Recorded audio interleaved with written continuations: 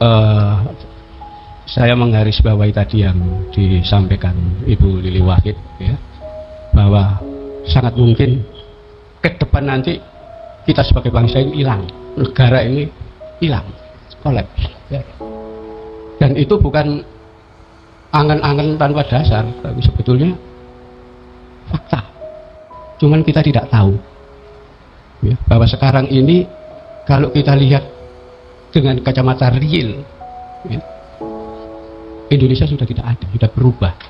Maksudnya Indonesia yang dulu dikonsep oleh para founding fathers, para pendiri republik ini, bahwa ini adalah negara bangsa, nation state, ya, yang berdasarkan Pancasila dan UUD 45, tujuannya adalah membawa kepada terciptanya masyarakat yang adil dan makmur.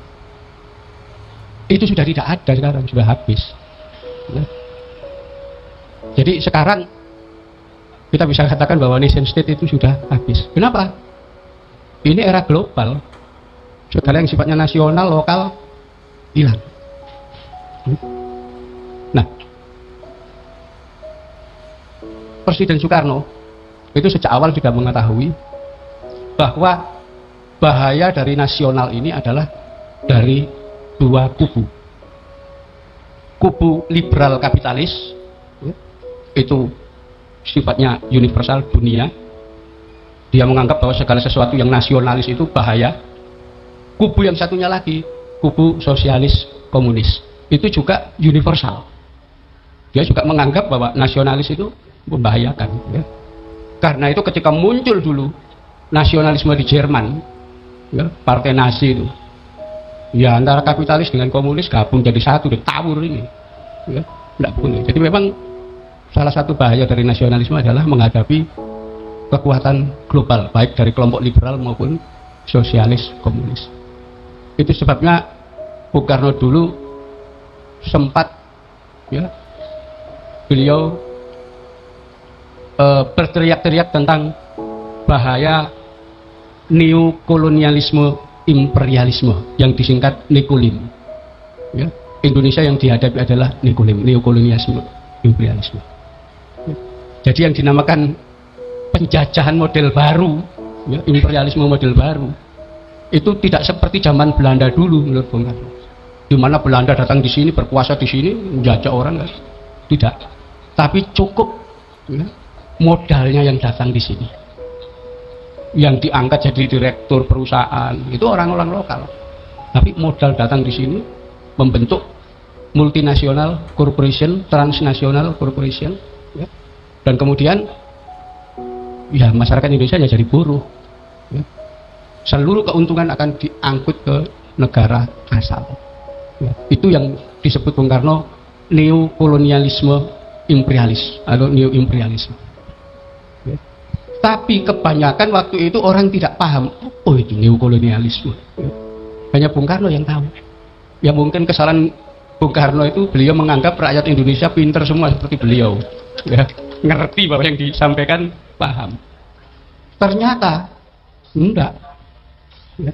Neokolonialisme itu, neoimperialisme itu muncul dengan nama lain, ya, yaitu globalisasi, ya, di mana globalisasi itu menyatakan identitas etnik, bahasa, agama, budaya, bahkan teritorial agama enggak ada.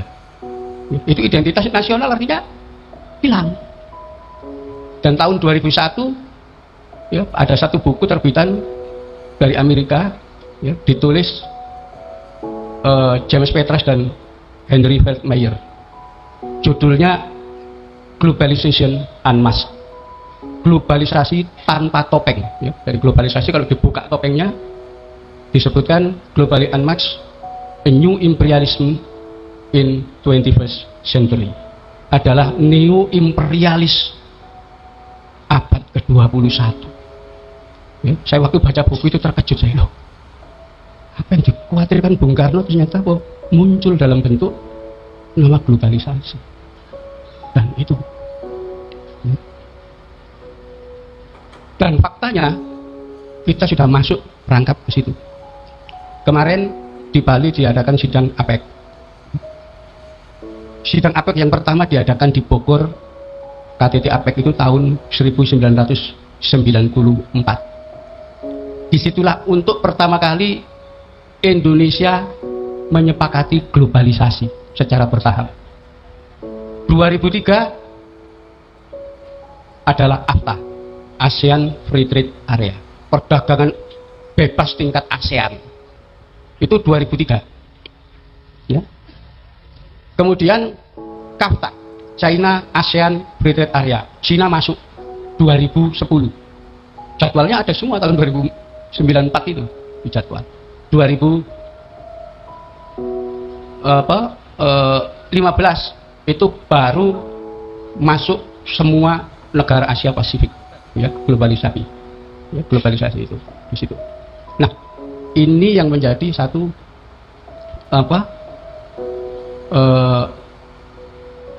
jalan Indonesia masuk ke arah globalisasi. Nah, ternyata setelah 3 tahun Indonesia menandatangani itu,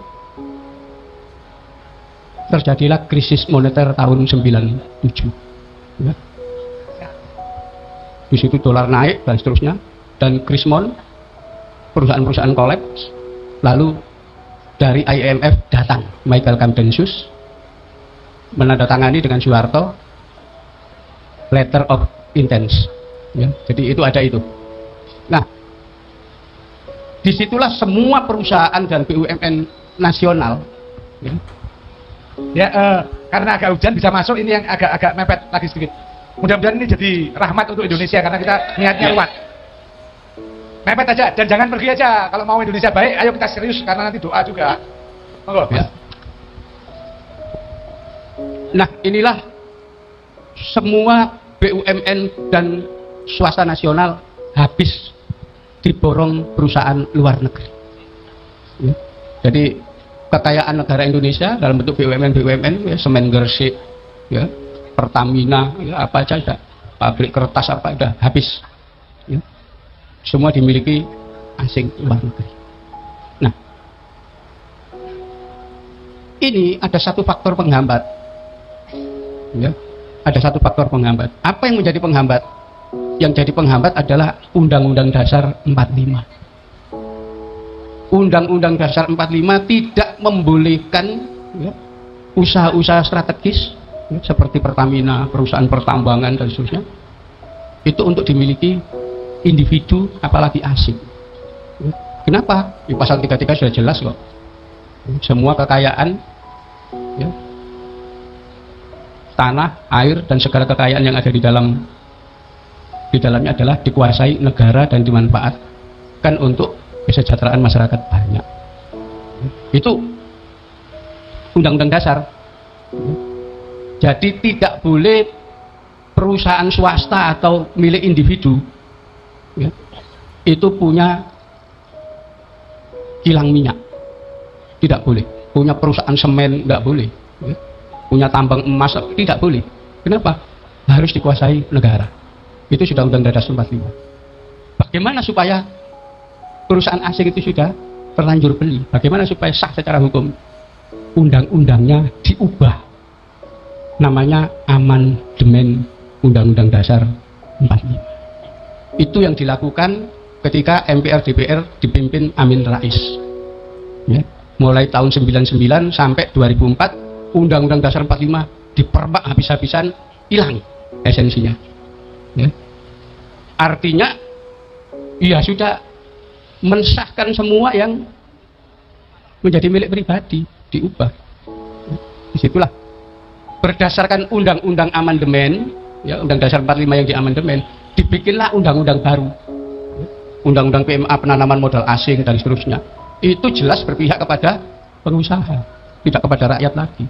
Undang-undang PSDA, pemberdayaan sumber daya air, sama, semuanya itu. Dan akibatnya saat ini, di mana masyarakat tidak melihat satupun keharusan dari negara Indonesia ini untuk mencapai tujuan yang semula diinginkan para pendiri republik, yaitu membawa kepada kehidupan rakyat, kepada kehidupan yang adil dan makmur, tidak ada usaha ke sana. Semua ya, kelompoknya masing-masing dan seterusnya. Dan kemudian ya liberalisme yang diterapkan sekarang. Jadi bukan Indonesia sebagai negara bangsa, tapi Indonesia sebagai negara liberal. Liberal. Dan semua sudah masuk semua. Dan itu Pancasila sudah tidak diajarkan lagi di sekolah. Sudah. Kenapa? Sudah diubah semua. Ya. Jadi sejak Undang-Undang Dasar 45 di amandemen, praktis negara Indonesia sudah berubah. Semua peraturan sudah berubah. Dan yang saya anggap aneh, ya, tetapi itu fakta. Presiden Soekarno, Bapak proklamator Indonesia yang mengkonsep Pancasila dan seterusnya sampai lahir Indonesia, oleh MPR pimpinan Amin Rais waktu itu, ya, dalam ketetapan MPR TAP nomor 2 tahun 2003 ditetapkan Soekarno adalah pengkhianat negara. Bayangkan, ya, holding pansus dicap sebagai pengkhianat dan sampai sekarang gak dicabut TAP MPR itu. Ini sudah berubah. Yang aneh lagi pemberontak-pemberontak, ya, PRRI Permesta, ya, seperti Syafruddin Prawira Negara malah diangkat menjadi pahlawan nasional. Ini kan aneh. Bagaimana yang pemberontak dulu diangkat pahlawan nasional sementara Bapak proklamator dicap sebagai pengkhianat, gitu. Logikanya di mana, gitu.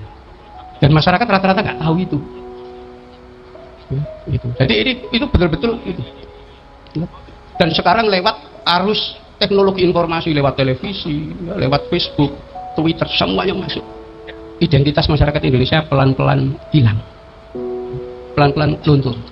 Saya amati terus, ya.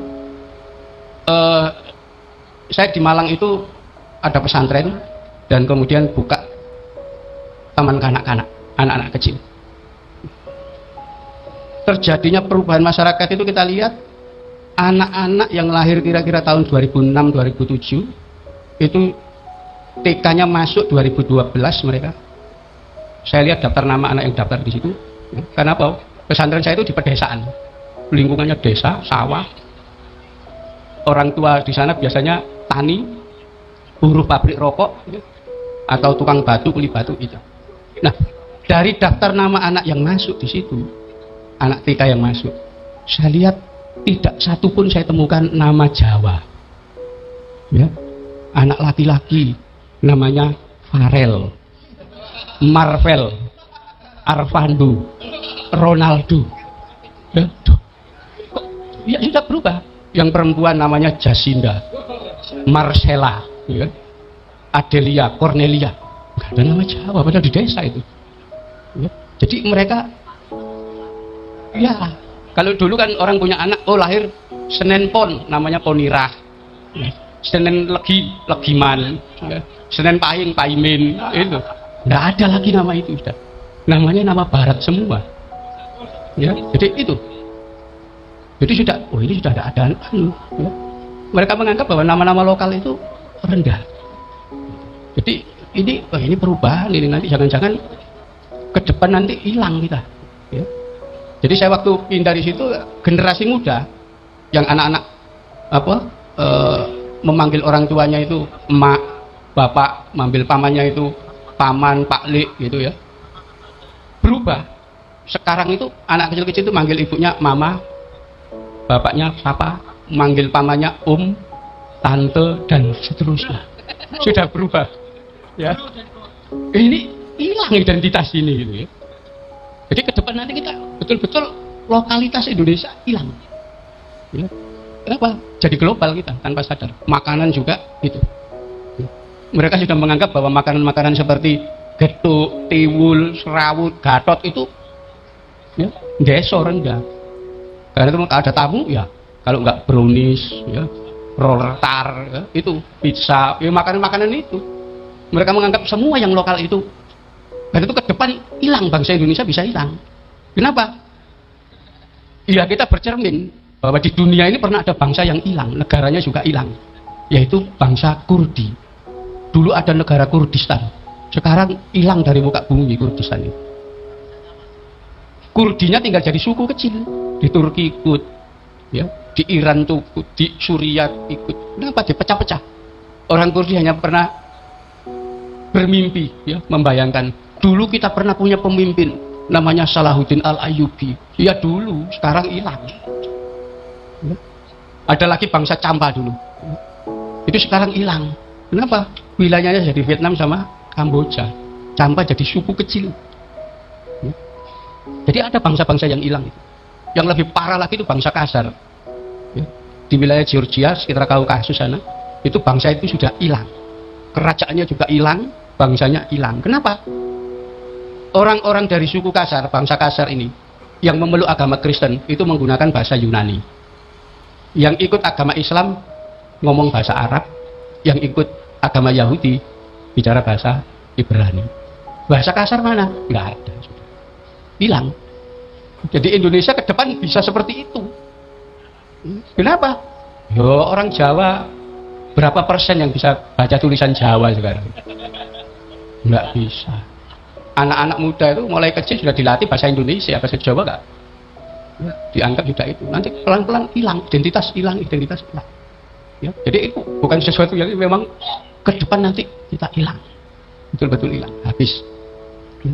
Jadi ini problem yang sebetulnya serius, ya. Tapi tidak ada yang membicarakan masalah ini. Kita habis-habisan yang diterapkan ini liberal betul, ini liberal, pemerintahan neoliberal betul ini.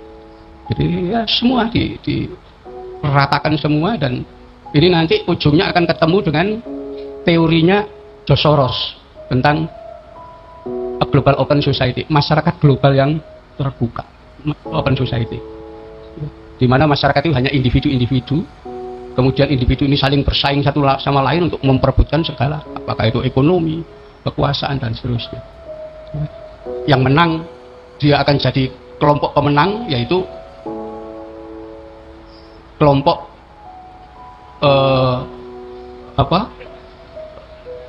pemilik kapital, dan yang kalah itu adalah individu-individu yang masuk golongan disposable people, masyarakat buangan.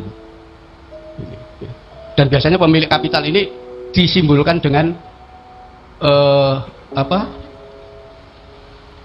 korporasi-korporasi, perusahaan-perusahaan gede-gede itu. Nah, karena itu ke depan pertarungan itu antara korporasi pemilik kapital dengan individu masyarakat. Dan ini sudah terjadi di Indonesia. Perusahaan pemilik kapital melawan individu. Muncul kasusnya Prita misalnya. Dia ngelawan rumah sakit pemilik internasional. Nggak masuk, tahanan dia. Waktu itu kalau diadili masyarakat gak rame-rame bela dia, masuk penjara dia. Kasusnya Mbak Mina di Purwokerto itu dengan PTP gara-gara ngambil kakao 3 biji. Masuk, individu ngelawan korporasi terus sampai kasus Mesuji kan begitu, masyarakat desa lawan pemilik perkebunan, ya dipedili sama aparat. Di Pasuruan juga sama, di Alas Telogo itu masyarakat lawan perkebunan, ya dipedili sama marinir. Kenapa? Gak mungkin lah aparat itu berpihak kepada rakyat yang gak punya duit, pasti berpihaknya kepada pemilik kapital. Jadi sekarang itu di situ problem-problem itu di situ. Jadi ini liberalisme betul, dan Indonesia sebagai negara bangsa sudah hilang oleh tanpa sadar. Kenapa? Ya undang-undang dasarnya sudah dirubah, semuanya sudah dirubah. Dan ini masalah serius sebetulnya. Bagaimana mengembalikan lagi? 2012 kemarin dalam Munas Alim Ulama, NU sempat mengeluarkan Khito 1945. Ya sudah geger lain-lain. Apa maunya NU ini? Yang maunya NU ya kita kembali ke negara yang dicita-citakan pendiri republik ini, yaitu menciptakan negara yang betul-betul bisa membawa masyarakat hidup adil, makmur, tidak ngurusi dirinya sendiri, ya menjarah kekayaan negara untuk kekayaan pribadinya dia. Jadi itu fenomena itu. Dan ini yang diterapkan kalau sudah negara seperti Indonesia seperti sekarang ini, negara dalam bentuk liberal kapitalisme, ya, maka struktur yang akan diterapkan di sini itu adalah aristokrasi of money. Ya. Jadi kekuasaan berdasarkan uang. Yang punya uang itulah yang kedudukannya paling tinggi. Ya. Presiden saja tidak berani kok. Ya. Siapa pemilik uang paling tinggi? Satu, konglomerat. Orang yang perusaknya banyak, uangnya banyak. Dua, investor, bankir, orang-orang yang itu. Itu mereka menduduki posisi paling atas. Kemarin waktu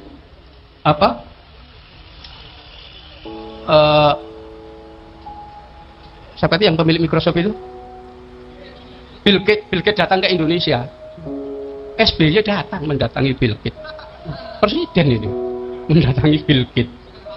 Ya. Kenapa? Oh, dia orang kaya raya. Tidak ada yang berani. Seterus ya. Nah, aturan dalam tatanan kehidupan itu juga sama. Nanti yang punya uang itu posisinya pasti dia dapat kemapanan hidup. Nonton sepak bola, ada kelas namanya VVIP, ya. Ini hanya orang punya duit yang bisa nonton di ini. Di bawahnya itu kelas VIP. Baru nanti kelas ekonomi yang nggak punya duit, ya silakan di luar stadion nonton televisi. Ya, kelas bonek. Itu nanti begitu. Tidur hotel juga begitu, sudah disediakan. Ini hotel bintang 5. Ya, bintang 4, bintang 3. Yang nggak punya duit, ya tidur di musola. Atau rumah sakit juga sudah disediakan, ini rumah sakit. Ya. Yang punya duit ya di rumah sakit ini. Yang punya duit silakan ke puskesmas. Ya. Kalau nggak punya duit lagi ya jangan sakit. Semuanya, sampai penjara itu ada bedanya kelasnya. Yang punya duit ya itu kan sudah kita tahu. Jadi panglima kita adalah duit. Ya. Jadi di situ. Jadi memang aturan semua sudah diatur begitu. Nggak punya duit. Nah. Jadi ini kondisi Indonesia sekarang seperti itu. Saya khawatir ke depan nanti bangsa Indonesia betul-betul hilang. Ya, dan kadang Indonesia mengalami disintegrasi, nggak tahu bagaimana ceritanya, dibagi-bagi Indonesia ya. Nasibnya kayak Kurdi, kayak Campa, kayak Kasar, hilang orang Indonesia. Identitas, ya. Dan saya kira ini masalah serius. Gitu. Yang harus segera dipecahkan. Saya kira gitu, ya. Mudah-mudahan kita memiliki satu pandangan untuk melihat ke depan bagaimana nasib Indonesia ke depan nanti, terserah kita rakyat, ya. Sekian, assalamualaikum warahmatullahi wabarakatuh.